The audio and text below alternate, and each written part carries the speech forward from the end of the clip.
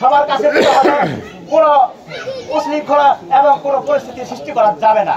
এবং যারা সৃষ্টি করতে চাচ্ছে এটা ভারতের এজেন্ট, এবং ভারত এই দেশটারে অচল করে যারা একটা অযোগ্য রাষ্ট্র পরিণত করতে চেয়েছিল। আমাদের দেশ এখন পর্যন্ত নামে বাংলাদেশ, কিন্তু আমরা দেশের আমাদের ভেঙে দিছে। এই বাংলাদেশকে আপনাদের নিয়ে সবাইকে নিয়ে শহীদ রাষ্ট্রপতি জিয়াউর রহমানের সেই 19 দফার বাস্তবায়নের স্বার্থে আমাদের ঐক্যবদ্ধভাবে আবার দেশকে সাজাতে হবে। বর্তমান যে একটা নির্বাচনকালীন সরকার হয়েছে, সেই সরকারকে আমরা ধন্যবাদ জানাই। তারা যেন সবাইকে নিয়ে সুন্দরভাবে দেশ চালাতে পারে এবং দেশটা সুন্দরভাবে চলে।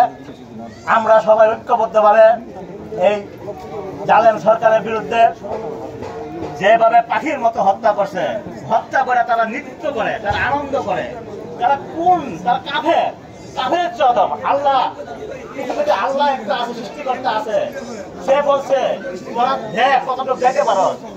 এমন জবাই দিছে, একদিনেই শেষ করে দিয়েছে, দেশ ছেড়ে চলে যেতেছে। আমাদের মা কিন্তু দেশ ছেড়ে যায় নাই, সে 14 বছর 15 বছর জেল খাচ্ছে এবং বীরের মতো বাইর হয়েছে। এখন আমাদের নেতা তারেক রহমান বীরের মতো বের হবে। আমাদের আপনাদের প্রিয় নেতা এই গাজীপুরের কৃতি সন্তান, যিনি এই সরকারের নির্যাতনের কারণে আল্লাহ নিয়ে গেছে, কিন্তু নির্যাতনের কারণে মৃত্যুবরণ করেছে, সে আমাদের সাবেক মেয়র অধ্যাপক মান্নান সাহেব। এবং আজকে আমাদের কাছে মেসেজ পাঠিয়েছে তারই সুযোগ্য সন্তান মঞ্জুর করেন রনি ভাই। তিনি বলছেন সবাইকে আমার সালাম দেওয়ার জন্য, আপনাদের সবাইকে সালাম পৌঁছে দেওয়ার জন্য। এই দেশে আমরা সবাই ঐক্যবদ্ধ, বিএনপি ঐক্যবদ্ধ, সরকার সহ আমরা সবাই ঐক্যবদ্ধ, সবাই মিলে আবার নতুন করে দেশ গড়ব। এটাই আমাদের মেসেজ আসছে। এই মেসেজের মাধ্যমে আমরা কাজ করব। এবং ওই যে ডাকাত বলে ই করতেছে, এইটা হইল ইন্ডিয়া একটা অরাজকতা সৃষ্টি করতে চাইছে, বলাতে চাইতেছে এই দেশে মানে আবার একটা কি হবে, এটা কিচ্ছু না।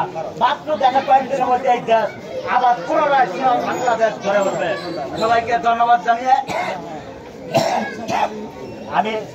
আমি থাকতাম আপনার সবার সাথে, আমি অসুস্থতার কারণে চলে যেতে হবে।